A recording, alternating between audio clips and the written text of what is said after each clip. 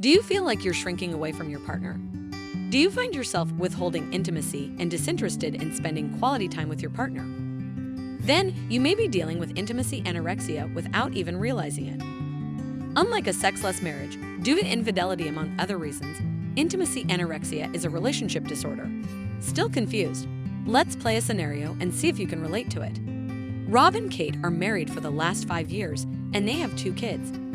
Both are working parents and get little to no time to spend time with one another. Although Kate puts in more effort to spend time with Rob, she finds him always trying to avoid it. Kate suspects infidelity and slowly starts feeling anxious about their future. Kate feels emotional neglect and physically unwanted because Rob shows no interest. In the situation described, Rob is seen withholding physical, emotional, and spiritual intimacy. That makes him intimacy anorexic, while Kate is a victim of this situation. Does this sound relatable?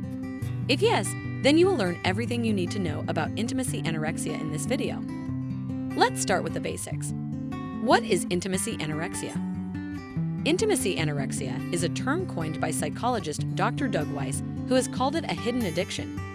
It's a widely Googled term, and in 2021 it was Googled 345,000 times. Intimacy anorexia is a relationship disorder characterized by the absence of intimacy. It pertains to the withholding of intimacy, be it physical, emotional, or spiritual, in a marriage or relationship.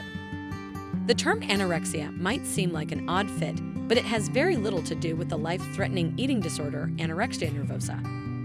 Although Weiss suggests people experiencing intimacy anorexia have chosen to withhold intimacy, no one chooses to have an eating disorder or other mental health condition. Don't confuse them both, as the name could be misleading. Mental health professionals have various frameworks for looking at intimacy issues, but few recognize intimacy anorexia as an actual condition. But how do you identify it? Fortunately, Dr. Weiss has outlined some of its main characteristics. Here are some of the symptoms of intimacy anorexia: keeping themselves busy with childcare, household tasks, errands, technology, or work. Blaming you for the loss of intimacy rather than exploring potential patterns in their own behavior. Avoiding to show love in ways they know you appreciate. Stop complimenting or praising you regularly. Having little to no interest in physical intimacy. Showing little interest in connecting on a spiritual level, which could look like not wanting to attend church or pray together. Avoiding talking about their feelings, making it difficult to connect on an emotional level. Treating you like a roommate, not a romantic partner. Putting you down, criticizing you, or trying to make you feel bad about yourself. Having angry outbursts, ignoring you or giving you the silent treatment, and staying angry over minor issues instead of working through anger productively. Controlling money by making you keep track of your purchases, preventing you from accessing funds yourself, or criticizing the amount you spend. Dr. Weiss also noted that not every sign will show up for people dealing with this issue. But he also suggested that people with 5 or more of the above characteristics may need treatment. Experts have pointed out that these characteristics are typically forms of abuse, not a sign of intimacy issues. According to Dr. Weiss's research, intimacy anorexia can be due to the following underlying causes. Sexual trauma is one of the major causes of intimacy anorexia, in addition to other mental conditions and addiction. Experts believe that restricting intimacy can be a coping mechanism due to the sexual shaming resulting from trauma of this nature.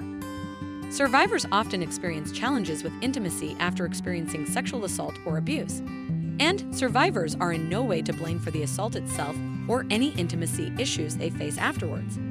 It can take a long time and extensive professional support before someone who's experienced sexual trauma regains interest in intimacy.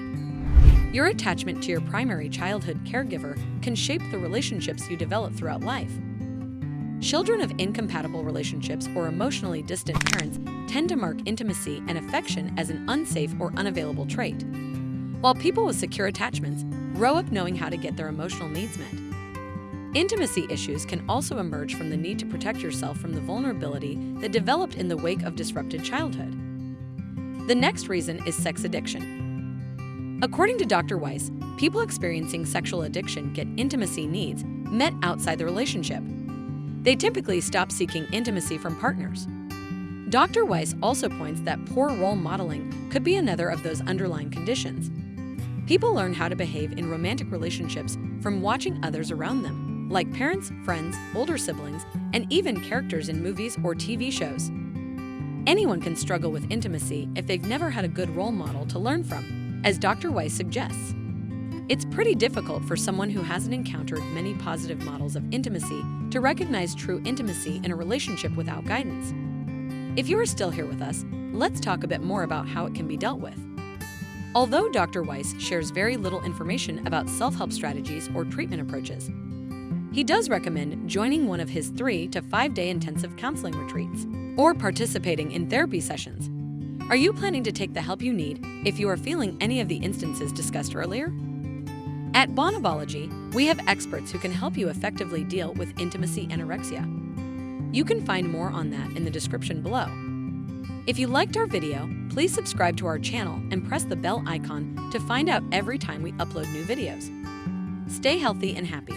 Thanks for watching.